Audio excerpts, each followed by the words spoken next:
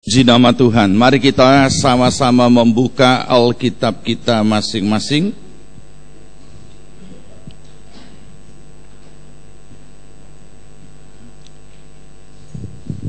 Pembacaan kita yang pertama 1 Petrus pasal yang pertama ayat 3. 1 Petrus 1 ayat 3. Jika saudara sudah temukan, mari kita sambut firman Tuhan dan kita akan baca bersama. 1 Petrus 1 ayat yang ketiga. Demikian bunyi firman Tuhan.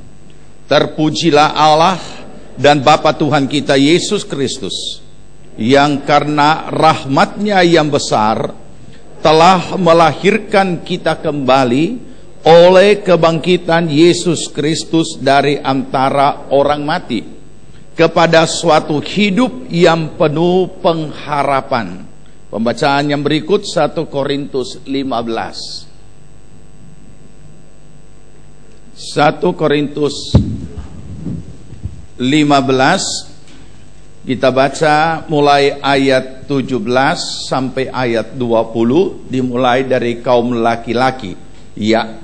Dan jika Kristus tidak dibangkitkan, maka sia-sialah kepercayaan kamu, dan kamu masih hidup dalam dosamu. Ganti.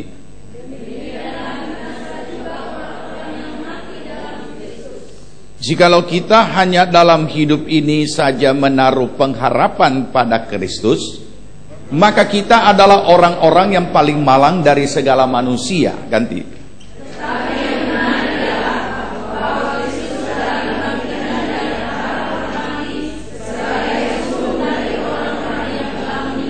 Puji Tuhan. Silakan duduk saudaraku. Dari ayat-ayat firman Tuhan yang sudah kita baca, kita akan belajar kebenaran firman Tuhan dari hal kebangkitan Kristus membawa pembebasan.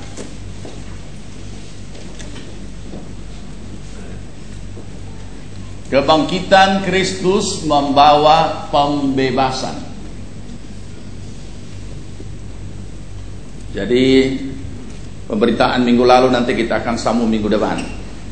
Tapi secara khusus dalam rangka memperingati peristiwa kebangkitan Kristus, maka hari ini kita belajar kebenaran firman Tuhan dari ayat-ayat yang sudah kita baca.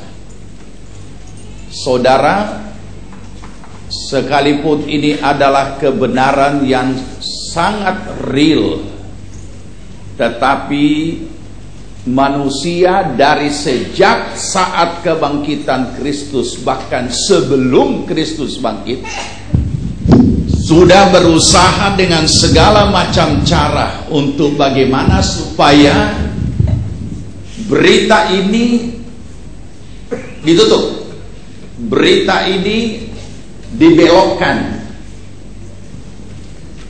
Imam-imam kepala dan semua yang terlibat pada saat itu melakukan hal yang sama.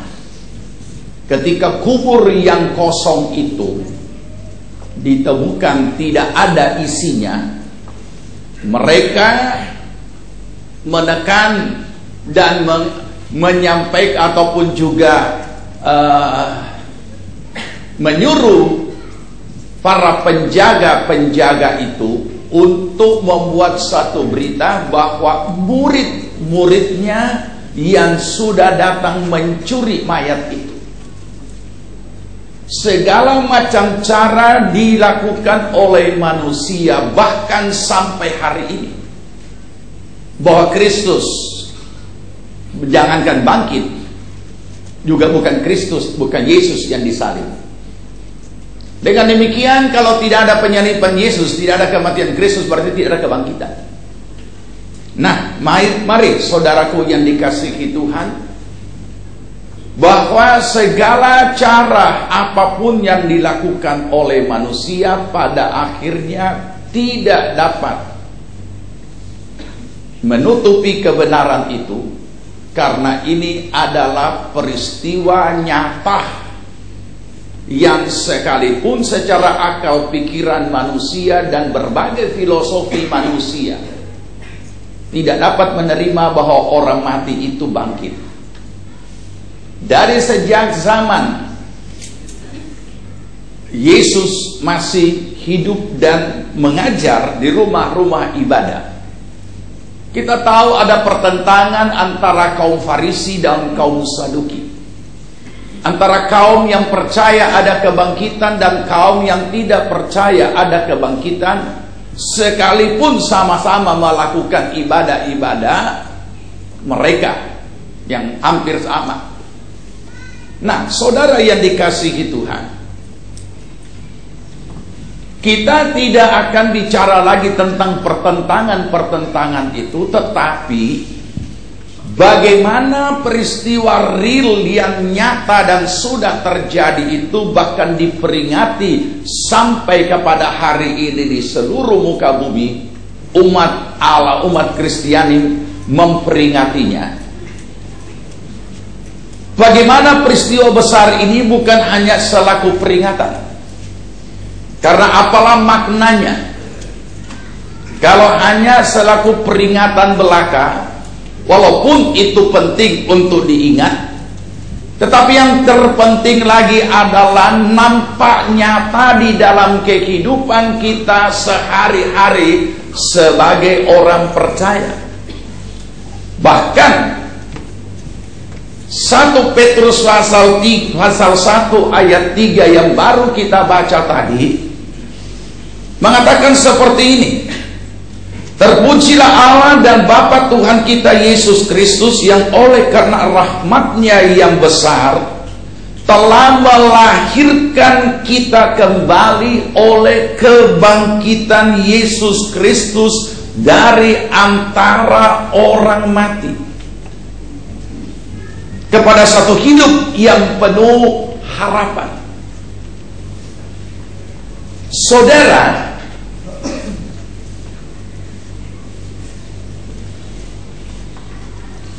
mari kita melihat kebenaran ini dan belajar dari kebenaran ini. Ada pernyataan Alkitab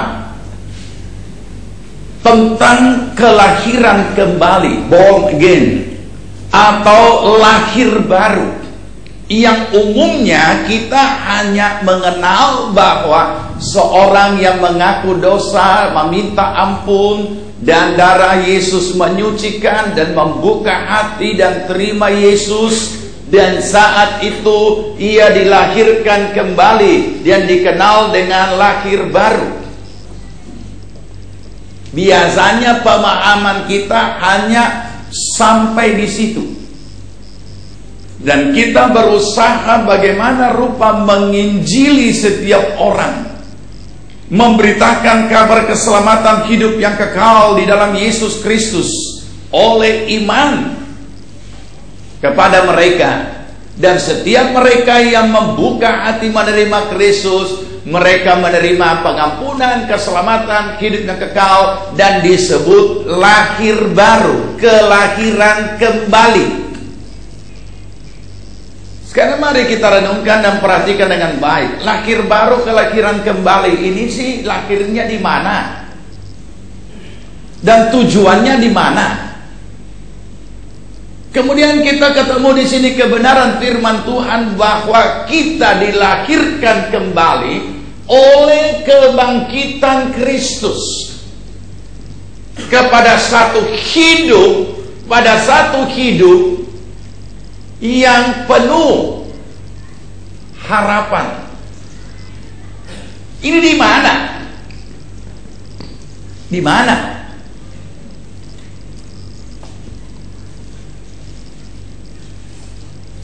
Jadi sebenarnya kalau kita membaca ayat ini sederhana, tidak usah kita mempersulit diri. Ya, kedua-duanya. Setiap orang yang percaya, setiap orang yang berdosa yang belum terima Kristus, belum diselamatkan, itu pastilah binasa. Kematian, kebinasaan. Tapi setiap mereka yang percaya kepada Kristus, ada satu hidup yang penuh pengharapan. Di akhirat disediakan kerajaan surga. Tidak masuk neraka, yang jelas di sini neraka. Tapi sekali lagi, mari kita renungkan. Bukankah kita masih hidup di dunia? Bukankah kita belum mati?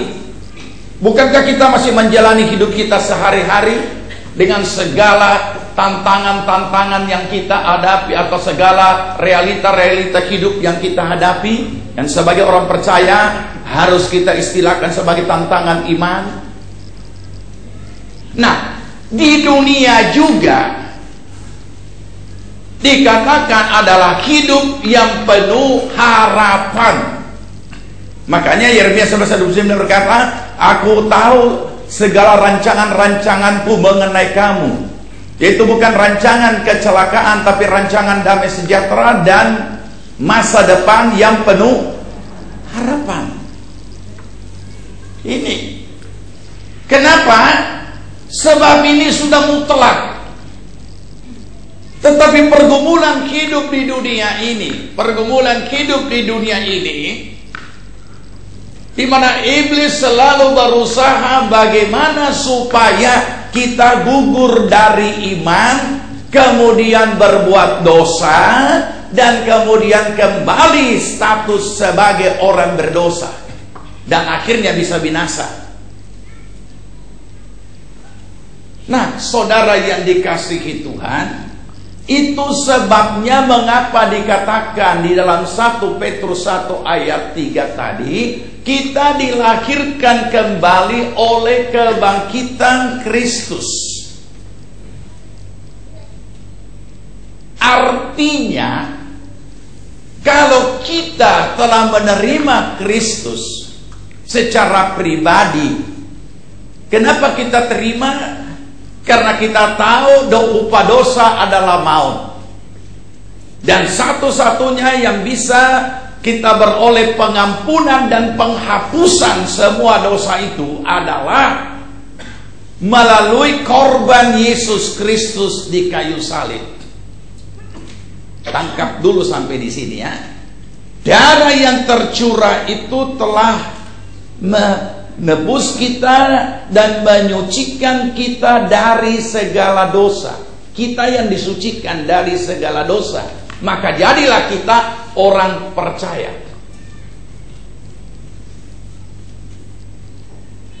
Nah, sampai di sini saya katakan tadi, hanya sampai di situ ya. Yesus tersalib di Golgota, darahnya tercurah, menyucikan kita dari segala dosa. Hanya sampai di sini dulu. Nah, bagaimana kalau hanya sampai di sini? Jangan bicara kebangkitan. Nah, baca 1 Korintus 15 tadi. Jadi kita cuma bicara matinya, tidak bicara bangkitnya. Sudah dapat? Mari baca ayat 17. Sudah dapat? 2, 3.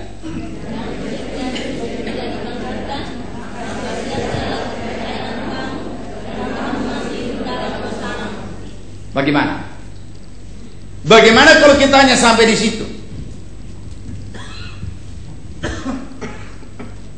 Bagaimana kita kalau hanya sampai kepada menerima Yesus sebagai Tuhan dan Juru Selamat, tetapi dia hanya mati di Golgota, darahnya tercurah, dan tidak ada kebangkitan? Apa kata Alkitab? Sia-sia iman kamu. Nah, karena sia-sia iman kamu, sia-sia kepercayaan kamu, maka apa yang terjadi? Kamu masih hidup dalam dosamu. Kenapa ada kematian? Karena ada kebangkitan. Kenapa ada kebangkitan? Karena ada kematian. Itu tidak bisa dipisahkan satu dengan yang lain. Nah, saudara, jadi sama juga seperti ini. Kenapa ada akhir? Supaya dia hidup. Kenapa dia hidup? Karena sudah lahir. Sederhana. Kenapa saudara dan saya lahir baru? Supaya bisa menjalani hidup baru. Dan untuk menjalani hidup baru ini merupakan langkah-langkah iman, tindakan-tindakan iman, praktek-praktek iman, hidup yang kita jalani oleh iman. Kenapa? Itu karena Kristus, kebangkitan Kristus. Berarti tidak mati kan? Pertanyaannya, orang mati bangkit berarti jadi apa?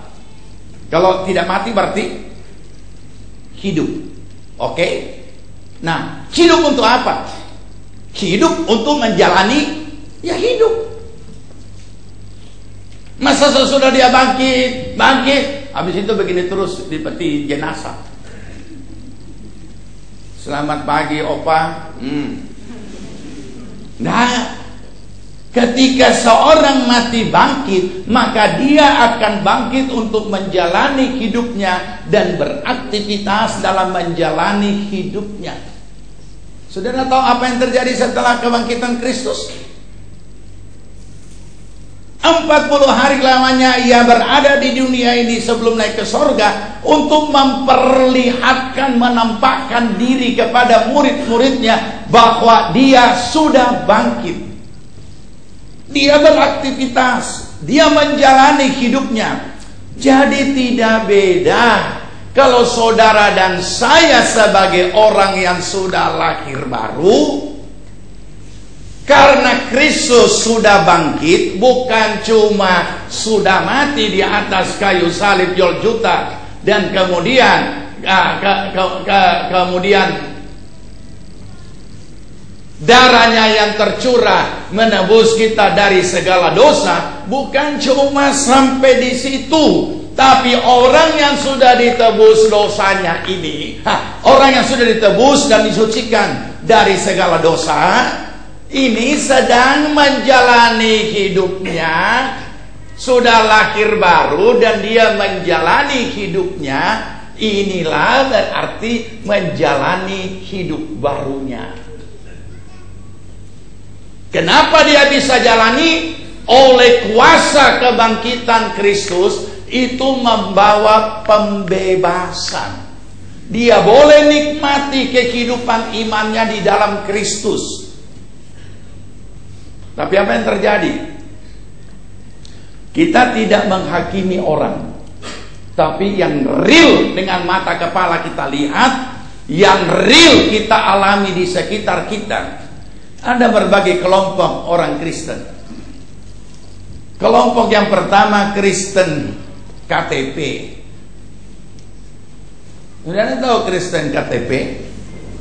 Bukan KTP kartu penduduk. Itu salah satunya. Jadi di KTP-nya adalah tertulis Kristen. Turun-temurun dari nenek moyang tempo dulu Kristen, sekalipun nenek moyangnya dulu merangkap Kristen dan dukun. Kemudian apa itu KTP? Kristen tanpa pertobatan. Bataman akrab dengan cap tikus, bataman akrab dengan menyabung ayam, bataman akrab dengan mabok-mabok, bataman akrab dengan judi. Nah, ini ada banyak di mana-mana. Ini yang pertama. Saudara, jangankan lahir baru, pertobatan saja belum, apalagi lahir baru. Kalau kita kembali kepada Alkitab, bukan kita menghakimi, kata Alkitab tidak ada satu pun yang masuk surga. karena belum memiliki Kristus. Karena lahir baru itu selalu diawali dulu dengan pertobatan. Nah, terus kita mau apakan ini? Atau sementara saya jelaskan, mungkin saudara kata, so kita kasih yang itu. Lah kalau kasihan ya sudah, bertobatlah. Ini dari dahulu kala sampai sekarang satu model. Tapi aneh, setia di gereja. Kalau ada apa-apa dia bela dia punya Tuhan. Dia cabut pedang untuk bela dia punya Tuhan. Ini heran saudara. Yang lain takut sembunyi, tapi kalau ini dia keluar, dia pasang salib besar-besar lagi. Mau apa ngana? Nah, ini memang aneh saudara. Ya. Memang kamu pengecut. Makanya kamu cuma sambayang karena pengecut. Itu orang tidak. Itu orang mau baku hadapin dorong. Ini ya.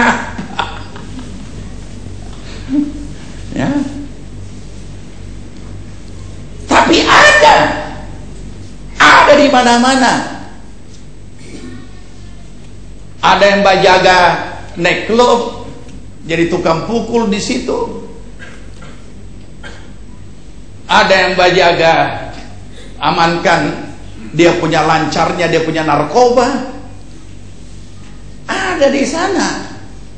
Ada nama Rasul, nama Yohanes dan lain sebagainya. Ada yang versi-versi Yahudi, ada yang versi-versi Yunani, dia punya nama. Pokoknya namanya keren-keren. Nah, saudara,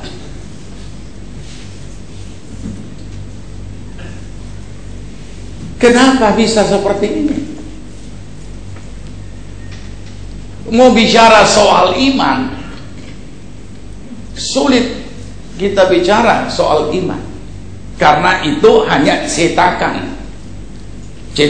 turun-temurun yang terjadi dengan sendirinya.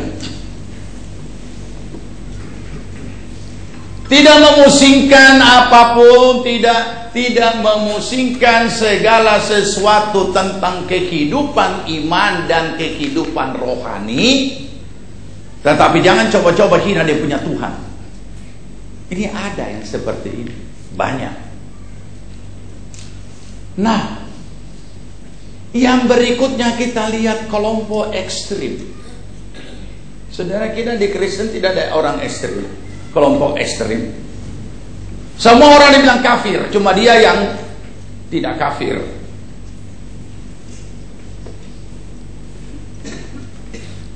Dan kehidupan orang ini, ya sebagian saya sudah jelaskan pada hari Jumat itu, adalah pribadi-pribadi yang mengkultuskan dirinya sebagai orang-orang kudus.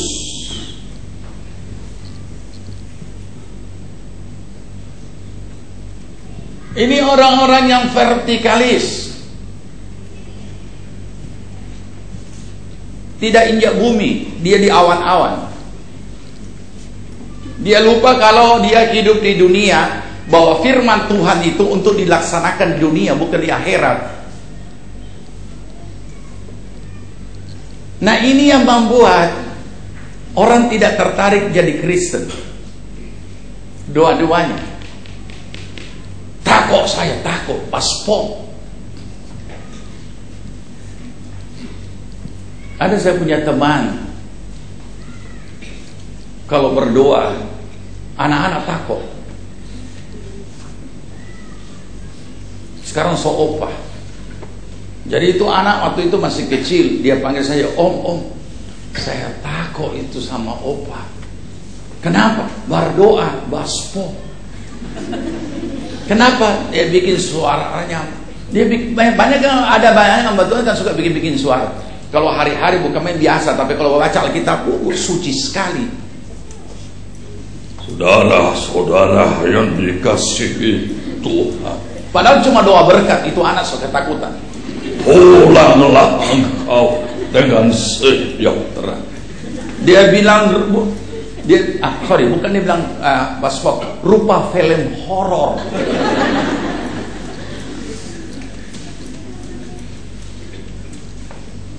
Yang seperti ini saudara, orang tidak tertarik. Orang jadi takut. Aneh-aneh. Dan ini rada-rada mirip dengan Kristen mistik. Ini kalau ini banyak mistiknya. Saya pernah ada salah satu angkatan yang pada saat itu mau minta dibaptis. Jadi saya katakan, oke, copot semua apa itu, jimat-jimat dan segala sesuatunya. Saudara tahu apa dia punya jimat? Dia tidak mau kasih. Kenapa? Dia jimat Alkitab kecil, Alkitab mini. Saya pikir bagaimana sana Alkitab pasal susah dibaca, apalagi Alkitab mini. Ini dia bungkus dengan kain merah. Dia jadikan ikat pinggang. Ya mungkin karena dia angkatan, mungkin dia mau pakai baperan. Nah jadi tanpa disadari, hal-hal yang ekstrim ini selain cara hidupnya hari-hari, banyak benda-benda rohani yang dia mistik jadikan jimat. Tanpa disadari juga pada umumnya banyak orang Kristen kalau dia tidur, dia taruh Alkitab dekat bantal. Tidur dengan Alkitab, makanya tidak pernah dia baca, kan dia tidur dengan Alkitab. Begitu meninggal dunia dipasang lagi Alkitab, ditaruh di sini, bikin tambah orang mati lah tambah munafik. So tidak karuan, opa berangkat dengan cap tikus tapi pulang dengan Alkitab. Sampai di sana jangan ketemu Tuhan, malaikat bilang bukan di sini tuh, tampak di sana. Dia bawa terus ke Alkitab. Saya bilang itu Alkitab itu untuk dibaca, jangan ditaruh di peti jenazah. Pai tua so tidak bisa membaca, so mati. Ya, malah tambah bikin pai tua itu tambah munafik. Tiap hari cap tikus bukan dia mati dengan Alkitab. Nah, ini banyak benda-benda. Banyak. Perjamuan suci dijadikan jimat, minyak urapan dijadikan jimat, seolah-olah kalau tidak pakai minyak tidak sembuh. Nah ini kenapa kalau kita baca Alkitab, kenapa kamu memenatkan diri? Rasul Paulus pernah menegur, mengapa engkau memenatkan diri dengan semua hal-hal itu? Tahu apa itu memenatkan diri? Bikin capek diri dengan semua hal-hal itu, padahal tidak disuruh. Untuk apa?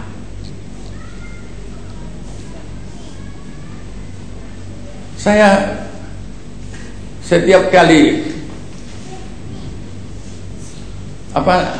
pernah tinggal di rumah, nginap diberi tempat untuk setiap kali saya ke Surabaya satu tempat apartemen, dan saya lihat pintu minyak ini pintu, saya mendekati, oh itu minyak itu model tanda salib. Maksudnya mungkin kalau so taruh tanda salib, pancuri so tidak masuk. Pancuri tidak pusing dengan salib. Ya dia pusing itu, dia mau ambil itu barang di dalam. Saya doakan ulang itu, tumpangkan tangan lagi sama itu minyak. Kenapa? Supaya jangan jadi berhala. Kalau tidak ada minyak, apa kuasa nama Yesus so tidak berkuasa? Atau ada ayat mengatakan kuasa ditambah besar dan tambah sakti disertai minyak. Itu boleh kalau memang ada ayat yang mengatakan itu. Tidak ada ayat yang mengatakan itu. Di dalam namaku, baca Markus 16, baca. Tidak tahu kalau saudara mau tambah juga sendiri dengan saudara penama, boleh lah. Ya, tinggal, tapi tidak akan lebih mempan. Ya, saya tidak katakan boleh, berarti saudara harus lakukan. Tidak benar. Jangan making ekstrim. Ayat 17. Ayat 17 dari Markus 16:23. Tanda-tanda ini akan menyertai orang-orang yang percaya. Mereka akan mengusir setan-setan demi namaku, disertai perjamuan suci. Ada? Tidak ada. Disertai minyak? Ada? Tidak ada. Minyak urapan ada. Memang ada. Dan kita perlu belajar apa itu, apa maksud dan tujuannya itu. Tapi bukan kita jadikan benda-benda apa begini. Ini bisa jadi seperti pada masa kejatuhan gereja. Saudara tahu kenapa bisa harus ada pengakuan iman dan lain-lain sebagainya? Itu disusun dan dibaca dan dihafal. Kenapa? Karena latar belakang orang-orang Roma ataupun juga orang-orang kafir yang istilahnya dulu itu, orang-orang yang belum mengenal Kristus ini, orang-orang yang di luar Kristus ini, untuk beralih dari penyembah berhala yang punya mantra-mantra yang dibaca, supaya gampang membaca doa, makanya ada doa-doa bacaan dan hafalan. Itu asal usulnya. Maka orang pun membaca supaya gampang dari orang yang tidak percaya ini menjadi percaya, maka mereka pun mengadakan pengakuan iman. Aku percaya akan Allah Bapa pencipta langit dan bumi, akan Yesus dan lain sebagainya dan lain sebagainya. Ini sama dengan saudara kita suruh baca 3 kalimat, berarti so pindah agama. Jadi kita perlu memahami akan hal ini supaya kita juga tidak mengekstrimkan benda-benda ibadah. Saya khawatir ketika satu saat, karena selalu begitu sakralnya setiap kali kita ibadah, begitu sakralnya, semua benda ini saudara copot bawa pulang dan saudara anggap sebagai jimat. Kalau boleh biar saya hanya sekuntum bunga itu ujungnya saja, karena ada tertulis asal kujama ujung bajunya. Ada hamba Tuhan dikerumuni sampai begitu rupa. Tidak ada. Jangan memenatkan diri dengan hal seperti itu. Ini yang membuat orang ini sudah dibebaskan, sudah menikmati kehidupan yang kekal, dan tinggal menjalani hidup barunya dengan menjalani hidupnya di dunia menurut firman Tuhan. Selesai sampai setia sampai akhir hidupnya. Tetapi dia memenatkan dirinya dengan perintah-perintah yang tidak ada perintahnya dan tidak disuruh. Itu yang dia bikin. Pertanyaannya, kenapa begitu? Gampang jawabannya. Itu sama seperti ketika sejarah gereja mengalami kejatuhan. Orang-orang yang sudah terbiasa dengan berhala tidak bisa menyembah Tuhan kalau tidak ada benda. Jadi dia harus ada benda. Makanya muncullah benda-benda yang kita lihat. Ada patung-patung daripada yang dibuat dari rasul-rasul, bentuknya ini Rasul Yohanes, ini Rasul siapa. Jadi kalau tidak ada benda, tidak ada media sebagai media untuk dia boleh, ini tidak beda dengan kebatinan. Pusatkan pandangan kepada lampu ini. Pusatkan, jangan pikir lain. Pusatkan pandangan berhubungan dengan Tuhan. Jangan pandang lain, pandang ini dia. Tapi tentu kita akan berkata, lampu tidak ada, bukan lambang Kristiani. Maka lampu perlu diganti dengan apa? Maka kita gantilah dengan salib. Kemudian kita berdoa. Pusatkan pikiran. Nah, apa bedanya? Nah, inilah yang perlu kita hati-hati, supaya kita bisa memahami. Baik, sekarang kita baca dulu.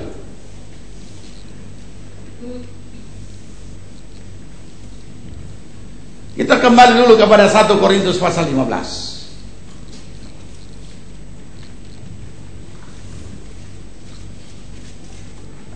Saudara akan bisa membayangkan, saya pakai istilah umum saja, betapa sialnya kita menjadi orang Kristen kalau Yesus tidak bangkit. Ya, kalau Alkitab mengatakan betapa malangnya, bukan cuma betapa, kita adalah orang yang paling malang. Mari kita baca ayat 18 dari 1 Korintus 15. Demikianlah binasa juga orang-orang yang mati dalam Kristus, karena mereka tidak akan bangkit. Percuma, ya kan? Kemudian bagaimana kalau kita yang masih hidup ini? Jikalau kita hanya dalam hidup ini saja menaruh pengharapan pada Kristus, maksudnya pada Kristus yang tidak bangkit itu, maka kita adalah orang-orang yang paling malang dari segala manusia. Ini bicara hidup di dunia, saudara.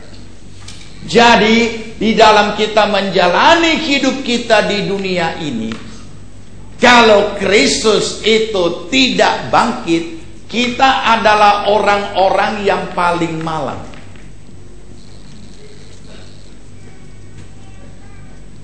Nah, kenapa? Sebab percuma. Semua kegiatan-kegiatan iman kita, semua aktivitas kita, apapun bentuknya, apakah itu ibadah, apakah itu pelayanan, itu semua tidak ada gunanya. Jadi sama juga sebaliknya, karena Kristus sudah bangkit, mengapa kita menghambakan diri kita lagi kepada roh-roh dunia? Nanti saya bacakan ayatnya. Dan ini, saudara, ini beda-beda tipis. Kalau yang KTP ini gampang, kalau tidak benar. Kalau ini kita mudah terjebak, kita mudah terseret, karena seluruh penampilan rohani, seluruh kegiatan rohani, tetapi membenarkan diri. Jadi kalau Kristus sudah bangkit dan sudah membawa pembebasan kepada kita di dalam hidup kita, tinggal kita jalani hidup baru kita sesuai firman. Mengapa mengekstrimkan diri? Nah, ini yang saya perlu jelaskan pada saudara. Pertanyaan sederhana yang akan menolong saudara mengerti lebih gampang. Kita datang beribadah ini supaya Tuhan senang atau supaya kita senang?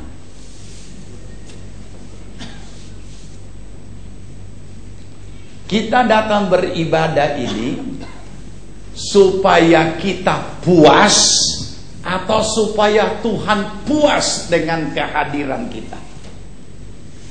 Ini beda-beda tipis.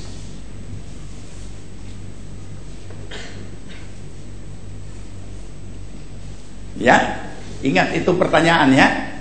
Sebentar kita kembali. Nanti saya jelaskan, kemudian akan muncul lagi di situ.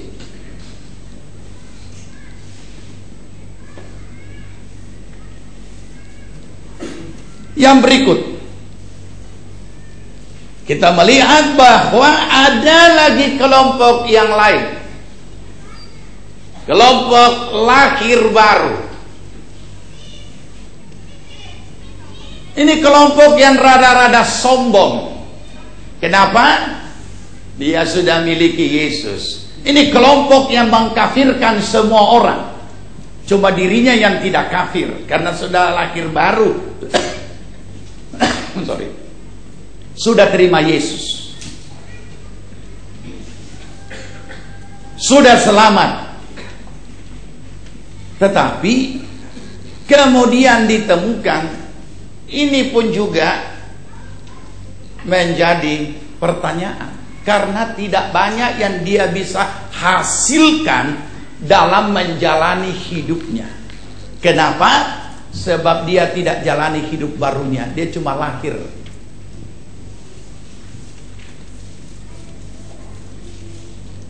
Mari kita renungkan. Nah, inilah yang perlu kita mengerti, saudara. Nah, Jadi sekalipun makin banyak orang yang lahir baru, makin banyak orang yang lahir baru tidak ada guna kalau dia tidak menjalani hidup barunya. Dan orang-orang seperti ini tidak bertahan lama. Dan kalau orang-orang yang lahir baru ini tidak dibimbing baik-baik, dia akan jadi Farisi. Orang yang lahir baru ini kalau tidak dibimbing dengan baik dan tidak mau dibimbing, dia akan memiliki kesombongan rohani. Karena ketika dia beraktivitas dalam kehidupan rohaninya, itu yang menjadi kebanggaan dan kebanggaannya.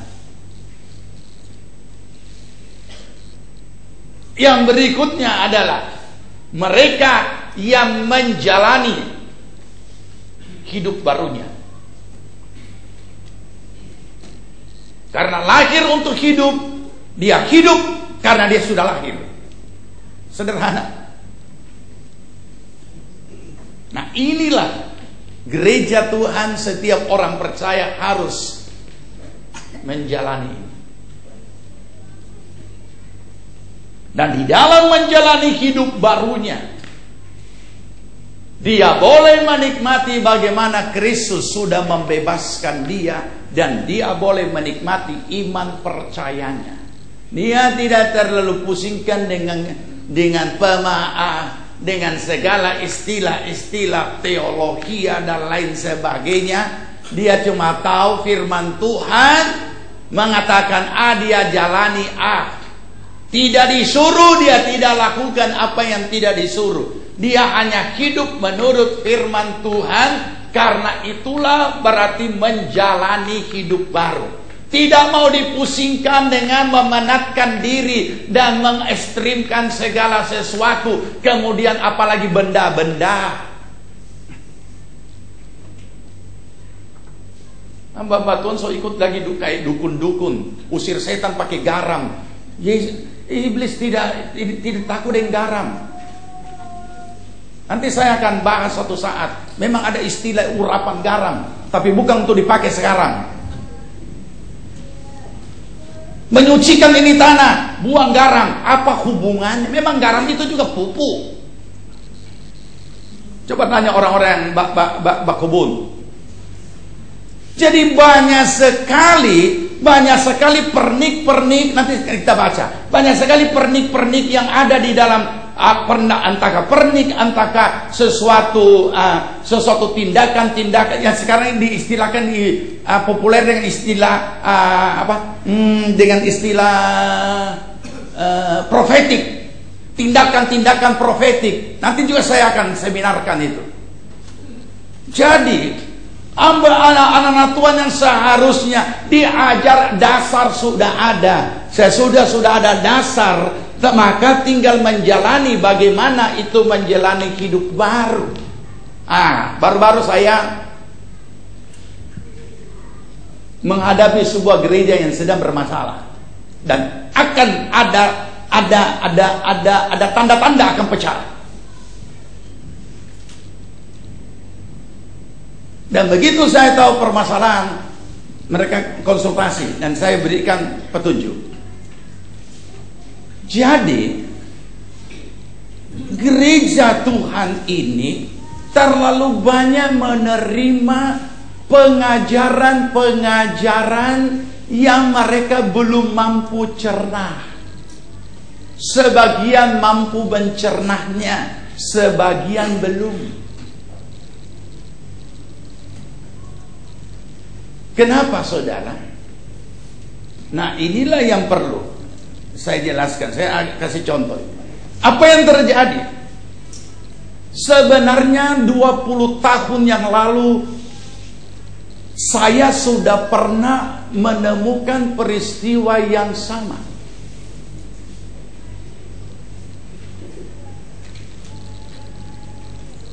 Satu saat kami berkunjung dan kemudian berjumpa dengan seorang hamba Tuhan tamu. Hamba Tuhan tamu ini perempuan tua. Menurut berita, orangnya orang Filipina. Kemudian meninggal seorang pengusaha. meninggalkan usaha dan pekerjaannya, katanya Tuhan yang suruh dia pindah di Israel. Kemudian dia pindah, kemudian dia keliling. Dia katanya lagi Tuhan yang suruh dia keliling ke beberapa negara untuk menyampaikan pesan-pesan profetik. Nah, karena gereja yang memang suka yang model-model begini, atau orang-orang tertentu yang suka model-model begini, sebenarnya tidak tahu dari mana ke mana, tapi ya diterima. Kemudian ketemu, duduk, saya ada di situ. Dia mulai bercerita, dia mulai ini. Jadi dia tanya sama saya, Bapak tahu apa artinya Indonesia? Ya, kita jawab sesuai dengan pengetahuan yang diajarkan di sekolah. Oh tidak, bukan itu artinya. Kemudian dia artikan kata Indonesia sesuai arti-arti rohani. Memang itu orang-orang yang pelayanan profetik begitu, semua dibuatkan alegorisnya, semua dibuatkan alegorisnya. Jadi Indo itu artinya ini, arti rohaninya. Nesia itu artinya ini. Kemudian kesimpulannya adalah ini. Saya cuma kata, oh, karena saya sudah tahu caranya menghadapi yang begini gampang, saudara. Jangan diresponi. Oh,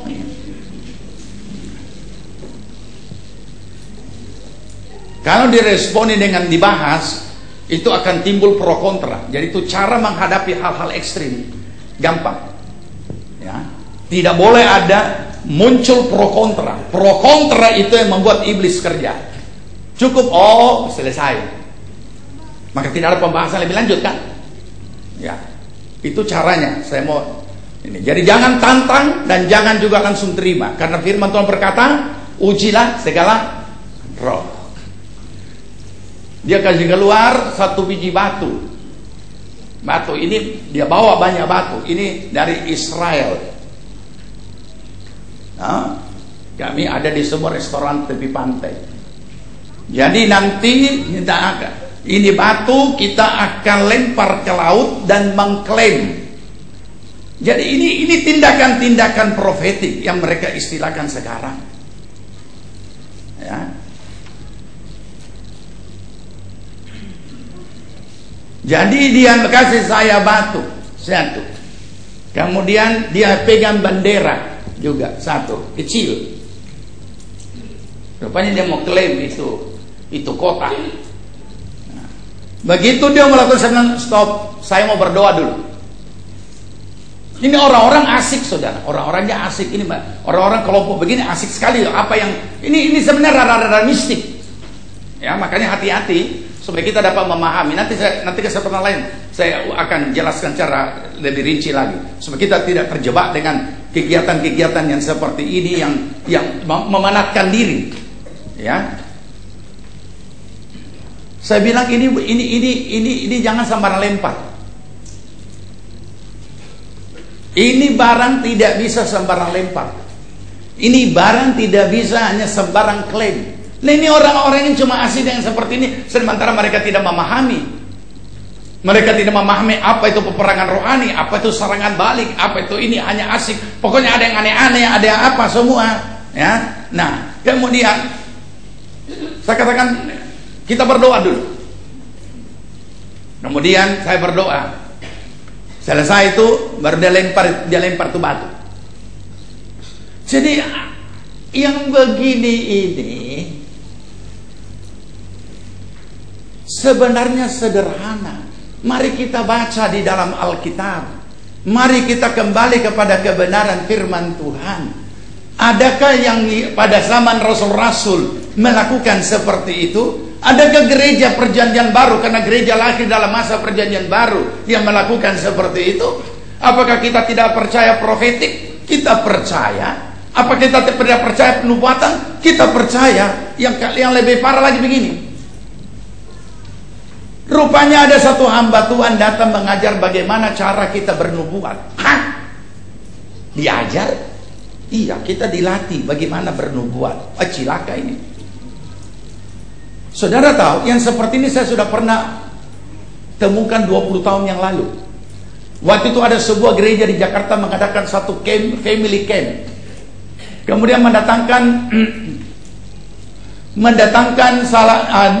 dua pembicara dari Australia, New Zealand pada saat itu, ya, menyampaikan tentang karunia nubuatan. Semuanya tidak salah sesuai kebenaran firman apa yang diajarkan, tapi prakteknya.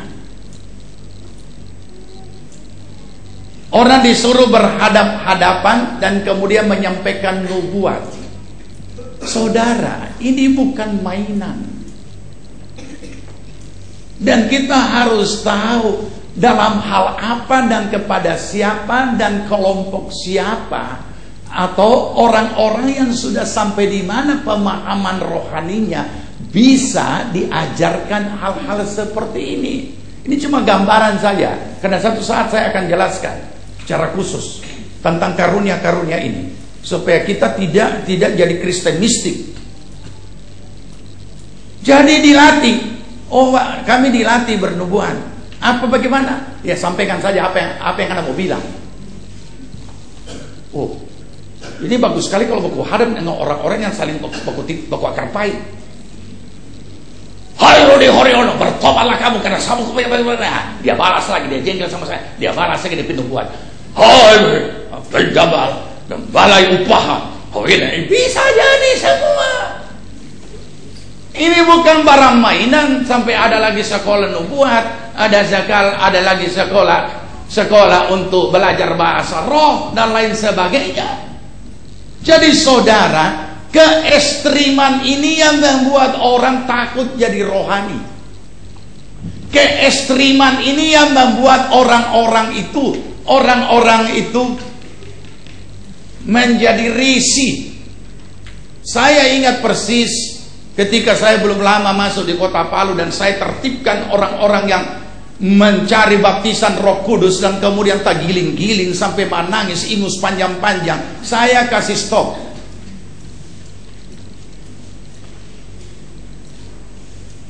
Kenapa? Karena itu adalah emosional. Makanya kita menemukan bahwa kelompok-kelompok kita kadang-kala aneh. Sehingga ketika muncul gerakan karismatik, orang Pantekosta paling anti dengan karismatik pada waktu itu. Kenapa? Karena kalangan Pantekosta tidak bisa berbahasa roh kalau belum menangis. Sedangkan kalangan karismatik, ya biar berjalan, biar bawa mobil, biar di mana dia bisa berbahasa roh. Seorang hamba Tuhan Pantekosta kedatangan tamu karismatik. Nah, rupanya baru lagi panas-panasnya itu tahun 80-an. Ini tamu karismatik begitu dulu dia berbahasa roh. Marah ini hamba Tuhan Pantekosta. Pantat belum panas duduk di kursi, so bahasa roh. Itu orang saja menangis pekancang belum bahasa roh.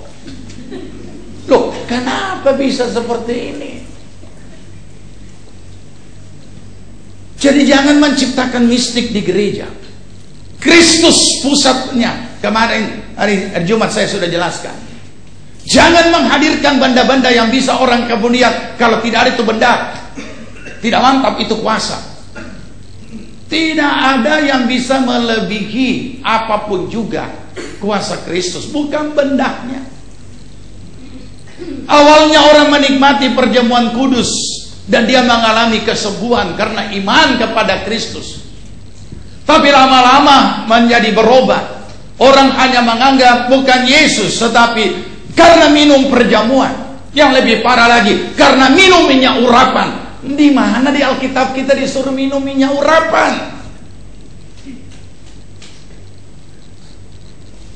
Di dalam ilmu kesehatan memang ada sekali-sekali kita disuruh harus minum minyak.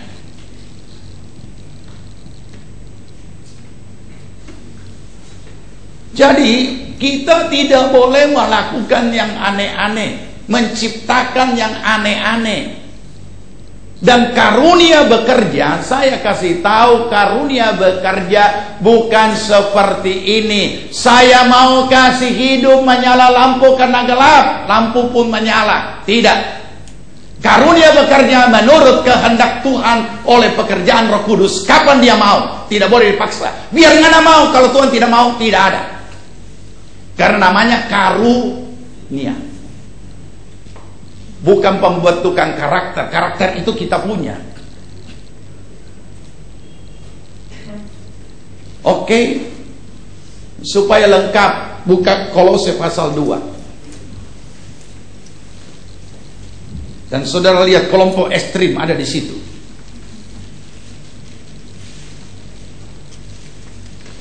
Tidak bisa hidup di dunia kalau tidak ada karunia-karunia. Sehingga hidupnya hanya berpusat bukan kepada Kristus, tapi berpusat kepada karunia.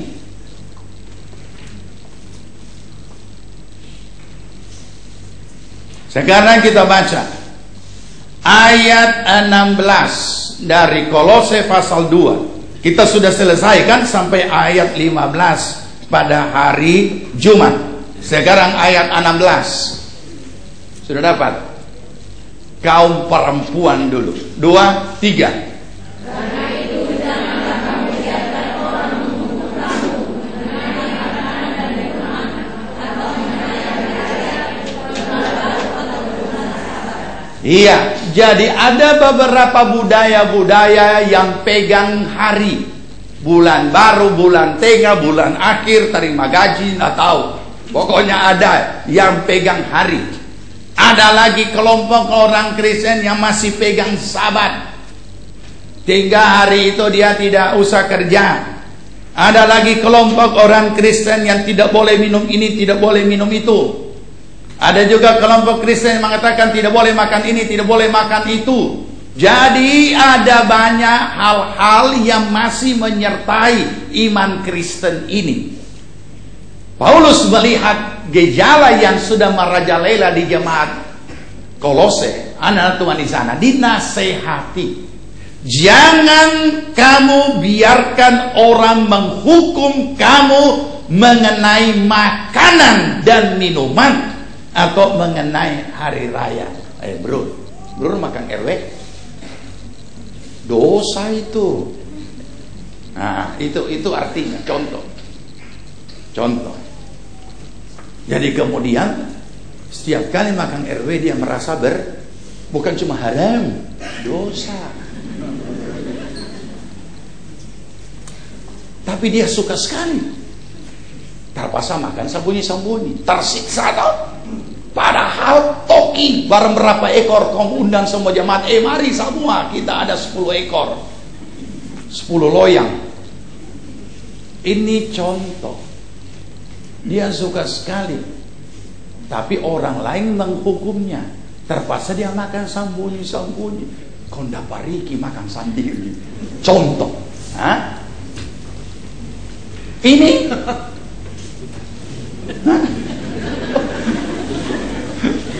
makan sendiri, tidak undang, dia pegang bala. Nah ini dia. Kenapa dia makan, dia sembunyi-sembunyi? Dia suka sekali. Padahal tidak ada larangan kan? Tapi menciptakan larangan. Menciptakan tentang makanan, tentang minuman. Kecuali yang ada larangan apa? Jangan minum mabuk. Ya kan? Itu contoh. Tidak boleh ini, tidak boleh ini, tidak boleh ini. Ada lagi, tidak boleh kawin. Padahal saya suka sekali. Tapi tidak ada yang mau. Jauh jodoh kata. Ada dulu kaum muda yang berkata begini, kita seobral cinta, belum ada juga orang yang suka pak kita. Saya bilang karena penasib. Ya. Nah, jadi apa maksudnya ini? Apa maksudnya hal-hal tadi? Ayat 17. Semuanya itu hanyalah bayangan dari apa yang harus datang, sedangkan wujudnya ialah Kristus. Jadi kalau kita baca tentang hal-hal profetik, tentang hal-hal apa yang ada di dalam Alkitab, tentang tindakan, kita tahu itu adalah bayang-bayang, bayangan untuk hal yang akan datang. Saudara, tidak ada salahnya melakukan doa-doa khusus untuk hal-hal khusus tanpa harus memakai pernak-pernik, karena itu sangat berbahaya.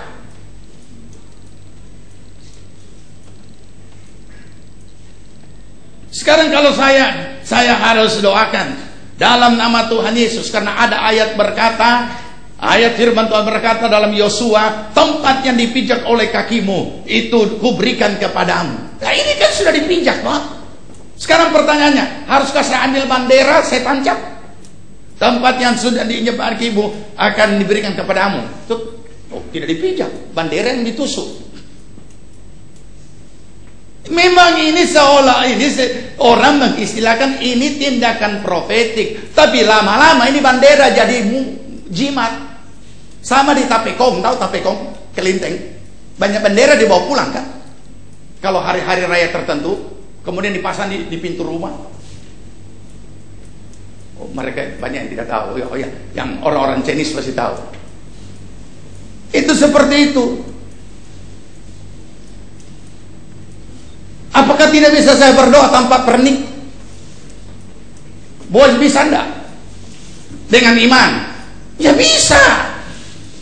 Bisa saja. Yang bahaya ini adalah sesudah daripada itu orang-orang akan melakukan dan tidak bisa berdoa, tidak bisa melakukan tindakan profetik jika tidak ada pernik. Padahal bicara ini adalah iman, yang sekarang adalah iman. Saya tidak anti profetik, tapi kita harus mengerti firman. Karena umat Tuhan ini gampang sekali terseret, gampang sekali terbawa. Oke?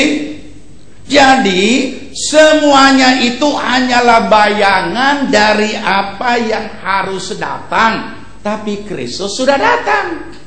Kristus sudah mati di atas kayu salib. Bahkan Kristus sudah bangkit di atas kayu salib, sudah bangkit dari kubur, bangkit dari kematian. Sehingga iman kita tidak sia-sia. Mari kita pakai iman itu. Mari kita lakukan tindakan-tindakan iman. Orang seringkali lebih cenderung tindakan profetik daripada tindakan iman. Padahal tindakan iman itu adalah bagaimana melakukan firman dalam kehidupan sehari-hari. Sederhana. Sekarang kalau kehidupan saya sehari-hari tidak melakukan firman, tapi saya cuma tancap bendera sana, tancap bendera sini, dan lain sebagainya, apakah itu lebih berarti? Tidak. Karunia Roh Kudus tidak akan pernah melebihi buah Roh Kudus. Karena karunia itu pemberian. Dan dalam buah Roh Kudus adalah pembentukan karakter diri menjadi seperti Yesus di dunia. Tapi kalau orang tidak mengerti, dia jadikan Tuhan Allah kedua orang yang berkarunia. Saya tidak pernah mau menjadikan Tuhan Allah kedua orang yang berkarunia. Tidak. Kenapa? Oh, Kamai, Lydia Tuhan pakai bernubuat. So, saya anggap Lydia tetap Lydia. Kapan dia bernubuat? Berarti pada saat dia bernubuat Tuhan pakai untuk menyampaikan sesuatu. Tapi bukan, apa ngana lihat bagaimana kita jodoh? Itu jadi seperti itu. Mari kita baca lebih lanjut. Ada di sini. Nah, ayat 18 sama-sama. Janganlah kamu biarkan kemenanganmu digagalkan oleh orang yang pura-pura merendahkan diri dan beribadah kepada malaikat bukan kepada Tuhan, serta berkanjang pada penglihatan-penglihatan dan tanpa alasan membesar-besarkan diri oleh pikirannya yang duniawi. Ini kalau tidak diajarkan di gereja ini bahaya. Karena begitu ada satu dua orang yang dipakai Tuhan berkarunia, Anda bernubuat, Anda punya penglihatan, maka orang ini akan jadi tuang Allah kedua. Rom, bagaimana saya coba Anda lihat dulu kita punya usaha ini. Coba tutup mata dulu ya, kita usaha, kita hari depan, bagaimana minggu depannya, bagaimana dolar, bagaimana ini.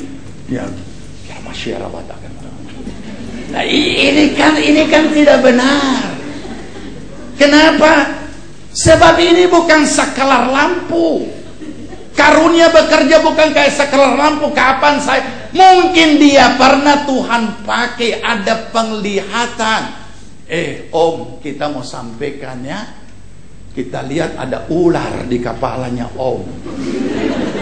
Mungkin pernah dia menyampaikan itu. Pada saat itu memang benar Tuhan menyampaikan itu. Berarti saya dalam bahaya. Tapi pada saat itu belum tentu bulan depan dia begitu. Belum tentu tahun depan dia begitu. Karena Tuhan bisa pakai siapa saja yang dia mau. Bukan dia sobar karunia. Oh puji Tuhan. So dia ini orang Tuhan pakai. Kemudian jadi tuang Allah. Apalagi tiap hari pakai putih-putih, dan jas putih. Nah, ini bisa jadi, bisa. Akhirnya apa? Inilah yang terjadi. Di dalam Alkitab ada 5 jawatan. Ada jawatan Nabi, Rasul, dan juga penginjil, guru dan gembala dan guru. Nah, kemudian dia menabikan diri. Kenapa menabikan diri? Karena dia so bernubuat, so ada penglihatan, melihat masa depan. Akhirnya dia robah DP kartu nama. Bukan lagi dia punya, bukan dia punya titel yang dia titel sekolah yang dia tulis itu Nabi Roni. Banyak hamba Tuhan model begini sekarang. Sehingga dengan kalau tanya tamu siapa yang datang? Oh, ada nabi dari Filipina. Bagi kami mengerti hal itu. Bagi jemaat tidak mengerti. Sehingga betul Nabi Roni. Loh.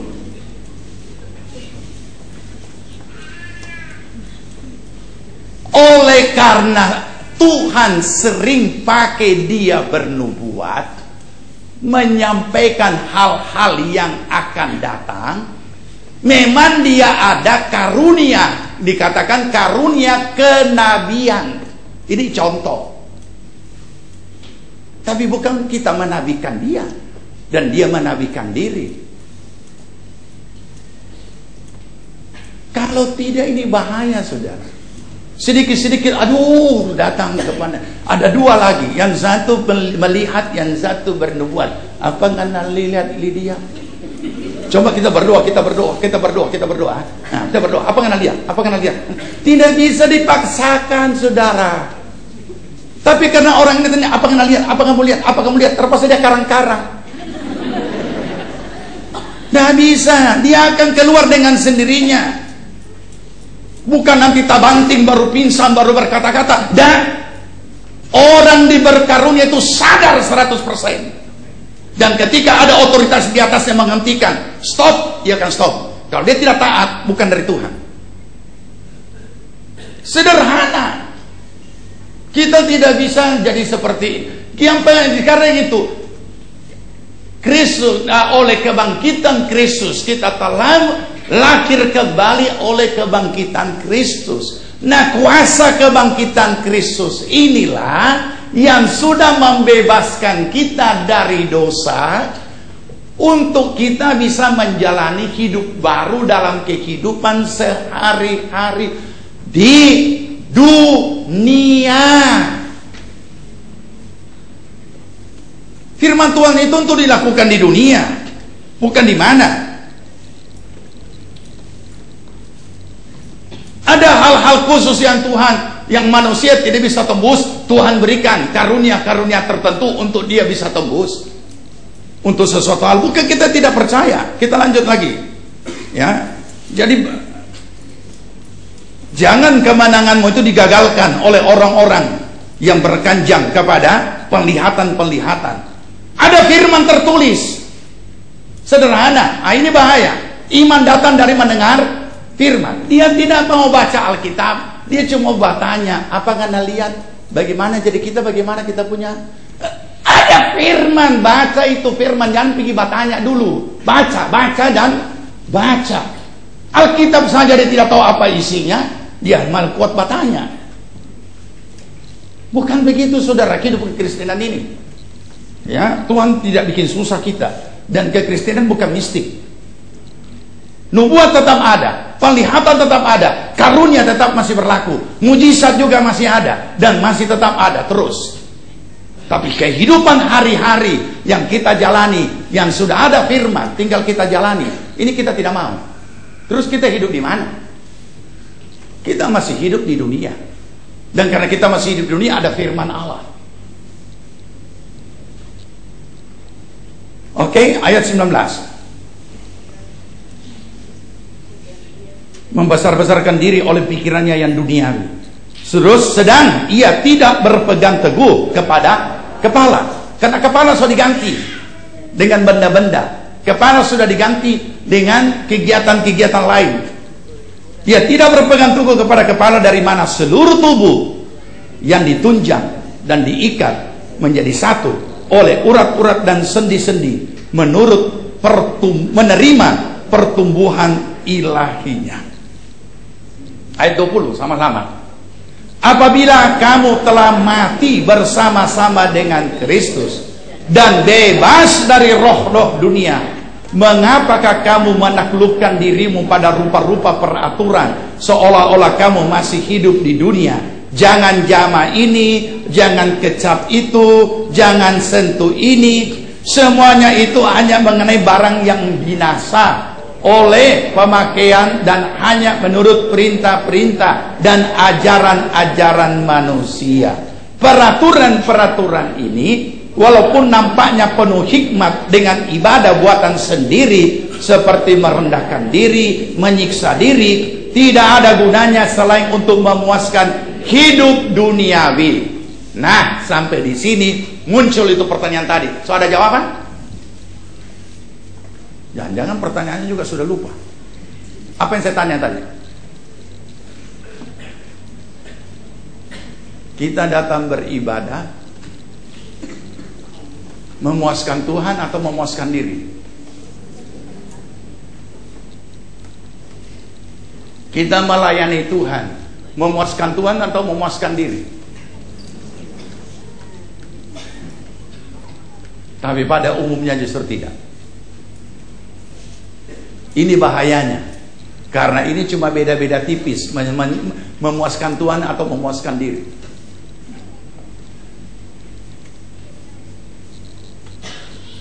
Ada juga orang bilang dua-duanya. Tidak.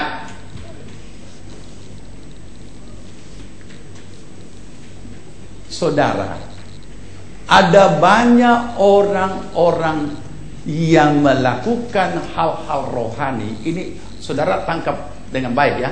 Kalau saudara salah tangkap bahaya ini. Ya.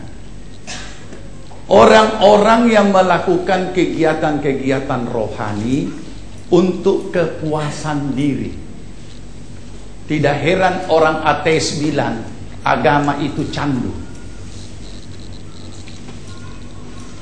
Dan kalau direnungkan ada benarnya. Tapi kalau saya katakan ada benarnya, harus hati-hati menangkapnya. Kenapa? Kalau saya tidak bisa menerima statement dari orang ateis tersebut bahwa agama itu candu. Tetapi mengapa mereka menemukan itu? Karena mereka menyelidiki di satu sisi. Dan di satu sisi memang ada benar. Mereka melihat orang-orang ekstrim ini, kalau melakukan kegiatan-kegiatan rohani, luar biasa, dia lupa semua. Tidak heran kalau orang dulu-dulu bilang, bawa ngana pe kasur kon tidur di gereja.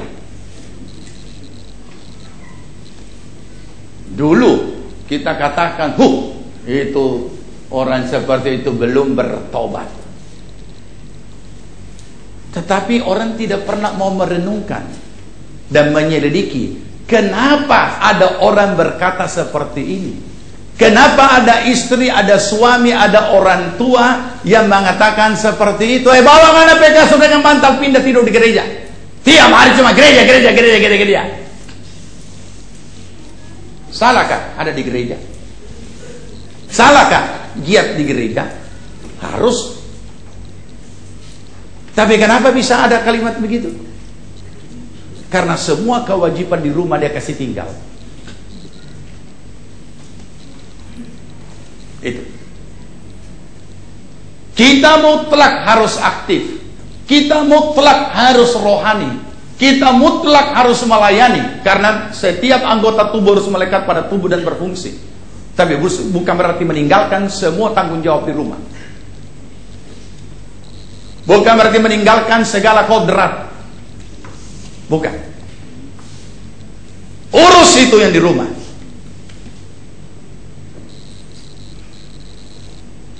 Makanya firman Tuhan berkata, supaya orang yang mencari kesalahanmu untuk menjatuhkan engkau, mereka tidak menemukan, karena mereka melihat kehidupanmu yang saleh. Kata saleh ini bukan cuma hal rohani, saudara. Kata saleh, saudara, kita bilang soleh, itu bukan hanya sekedar rohani. Jadi kalau ada orang berkata dan kemudian memaki kita, pindah tidur di gereja, kita perlu koreksi diri. Apa yang tidak beres di rumah sehingga orang suruh kita bawa kita punya bantal? Oh, jadi Anda suruh kita pindah? Oke, kita angkat. Dan kita akan berkata, kalau di tempat lain mungkin saudara akan dikatakan, oh ya, karena banyak sekali orang itu orang punya pastori penuh dengan orang. Tapi kalau saudara, oh, kita so diusir, katanya tidur saya di gereja, kami juga akan menjawab, ya so dibongkar di belakang, so tidak tampak. Nah, ini yang perlu kita renungkan. Padahal sederhana. Kenapa Kristus yang sudah mati, kita sudah terima penebusannya lewat darahnya yang tercurah di atas kayu salib, dan Kristus itu sudah bangkit, supaya oleh kebangkitannya kita juga dilahirkan kembali untuk menjalani hidup baru kita. Nah, kenapa kita tidak jalani? Justru tertarik dengan hal-hal yang sebenarnya belum sampai di situ.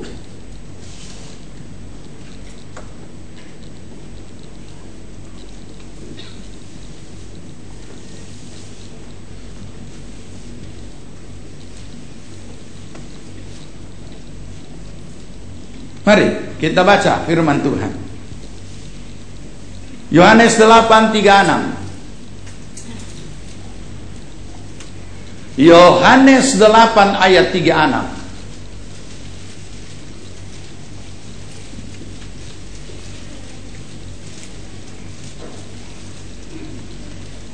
Sudah? Yohanes 8:36 sama-sama. Jadi apabila anak itu, yaitu Yesus Kristus, memerdekakan kamu, kamu pun benar-benar merdeka. Apa saudara sudah benar-benar merdeka? Betul kan? Tidak ada yang berani jawab. Apa saudara benar-benar sudah merdeka? Merdeka tapi belum benar-benar. Kenapa? Nah, inilah masalahnya di sini. Padahal kita sudah dimerdekakan. Kenapa belum benar-benar merdeka? Kristus memang sudah memerdekakan kita, dan memang kita sudah benar-benar merdeka. Tapi kenapa kita tidak tahu bahwa kita sudah benar-benar merdeka? Nah, ayat 32 jawabannya. Ayat 32. Iya, ayat 32 berkata seperti ini, kita baca. Dan kamu akan mengetahui kebenaran, dan kebenaran itu akan memerdekakan kamu, dan kebenaran itu adalah firman. Dia tidak tahu firman. Dia tidak tahu.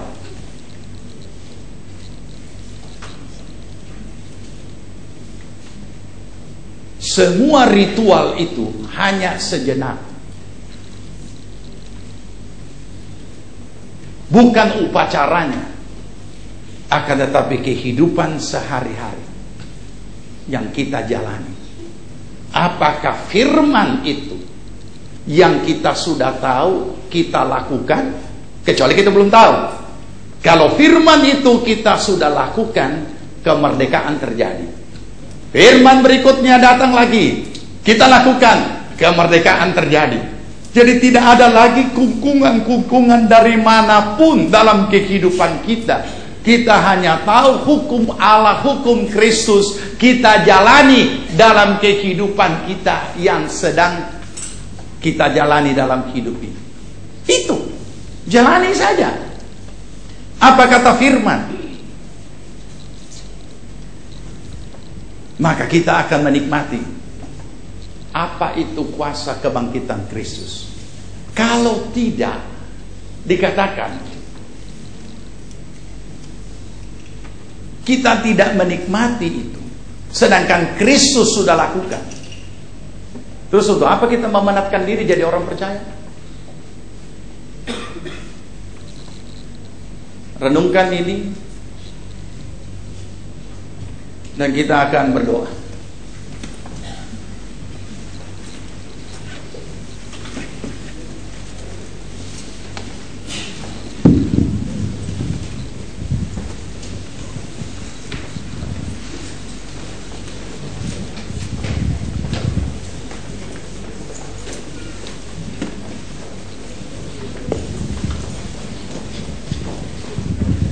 Kita sama-sama bangkit berdiri, kita nyanyikan dengan penuh syukur di hadapan Tuhan.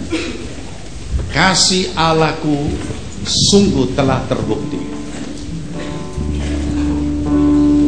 Kasih Allahku sungguh telah terbukti ketika Dia serahkan anaknya. Kasih Allah mau berkorban bagi kau dan aku. Tak ada kasih seperti kasih. Amin. Kasih Allahku, Kasih Allahku sungguh telah terbukti ketika Dia serahkan anaknya. nyanyikan dengan penuh syukur di hadapan Tuhan. Kasih Allah mau berkorban Amin bagi Tuhan. kau dan aku. Terima kasih atas pengorbanan. Tak ada kasih seperti kasih. Berikan syukur kehadirat Tuhan. Bersyukur, bersyukur, bersyukurlah, bersyukur. Amin. Karena kasih setiamu. Ku sembah, ku sembah, ku sembah dan ku sembah. Selama hidupku ku sembah kau Tuhan. Beri syukur, haleluya. Bersyukur, Amin Tuhan. bersyukur, bersyukurlah, bersyukur karena kasih setiamu. Amin, amin. Ku sembah, ku sembah, ku sembah dan ku sembah. Selama hidupku ku sembah kau Tuhan. Selama hidupku, Selama hidupku ku sembah kau. oh selama hidupku ku sembah kau Tuhan. Selama hidupku ku Ku sembah kau Tuhan. Kami datang ke hadirat-Mu menaikkan syukur Tuhan. Terima kasih kami boleh menjadi anak-anak yang Engkau kasihi. Terima kasih Bapa untuk pengampunan. Terima kasih untuk hidup yang kekal oleh darah Yesus Kristus yang telah menebus kami di atas kayu salib. Terima kasih Tuhan Yesus untuk pengorbanan-Mu. Terima kasih Roh Kudus untuk kekuatan, kemampuan dan kuasa yang Kau berikan bagi kami di dalam menolong kami menjalani hidup kami melakukan firman Tuhan.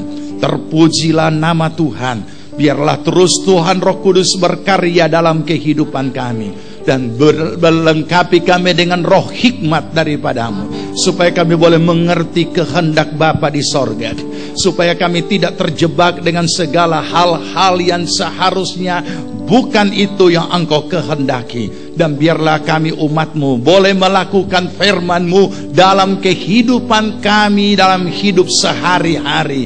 Kami boleh menjadi garam sehingga tidak ada pembusukan. Kami boleh menjadi terang sehingga kegelapan terusir. Dan dimanapun kami berada, di saat kami menyampaikan kebenaran-Mu, orang tidak menolak berita karena tidak menolak pemberita. Terima kasih Tuhan, kami mengucap syukur. Engkau tilik setiap jemaat-Mu, Engkau mengenal setiap keberadaan mereka. Kiranya kuasa kebangkitan Kristus yang sudah membebaskan kami semua, kami boleh nikmati dalam kehidupan kami sehari-hari. Bahwa kami sudah hidup di dalam anugerah Allah, kami hidup di dalam kuasa Allah, dan kami boleh menikmati kemenangan di dalam Kristus Yesus Tuhan. Berkati Tuhan dalam apa yang jemaat-Mu kerjakan, buatlah mereka menjadi berhasil. Dan segala apa yang telah Engkau sediakan bagi kehidupan yang penuh harapan di masa depan, Tuhan sudah sediakan semuanya.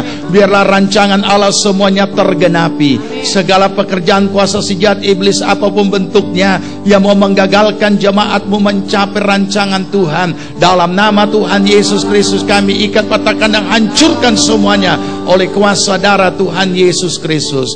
Ajarkan hidup kami berpusat kepada Kristus, tidak berpusat kepada benda-benda apapun, bahkan benda-benda yang kami anggap rohani. Tapi kami boleh menyadari bahwa Kristus satu-satunya di atas segala sesuatu, dan Kristus adalah kepala, dan tidak ada alternatif pengganti apapun.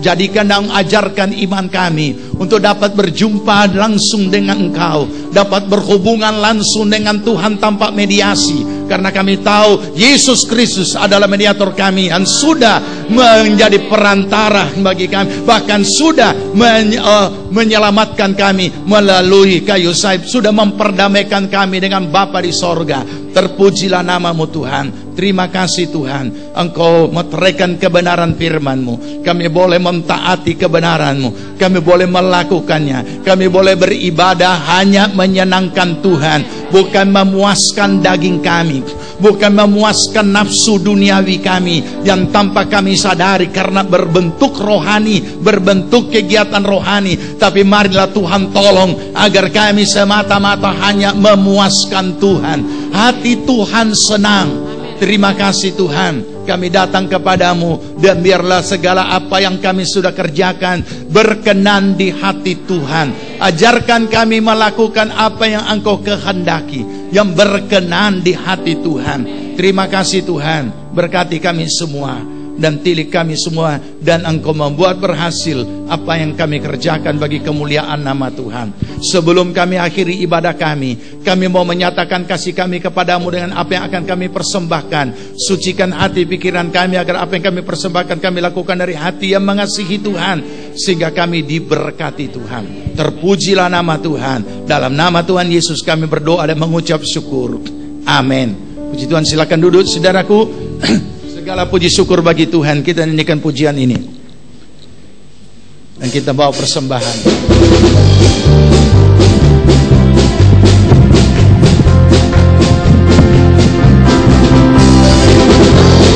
Puji syukur hanya bagi-Mu Tuhan, sebab Kau yang layak dipuja.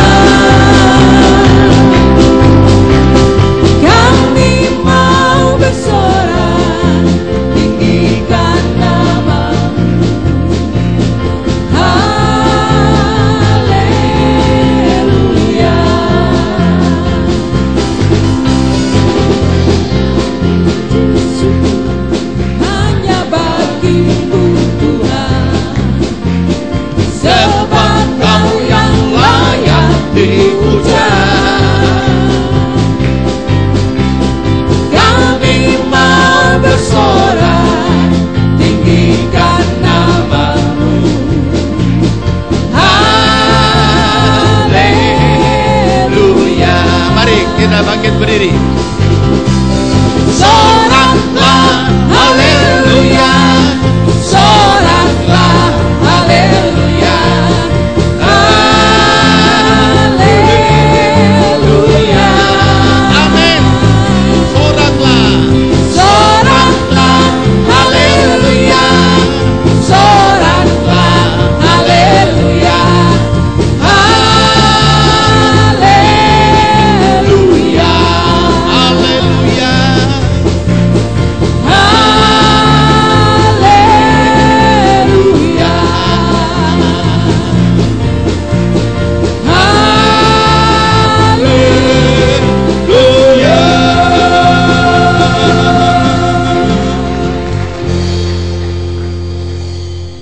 Jemaat yang dikasihi Tuhan, terimalah berkat damai sejahtera dari Tuhan Yesus Kristus. Kecintaan Allah Bapa dan dalam persekutuan Roh-Nya yang kudus adalah kiranya tinggal menyertai kita sekalian.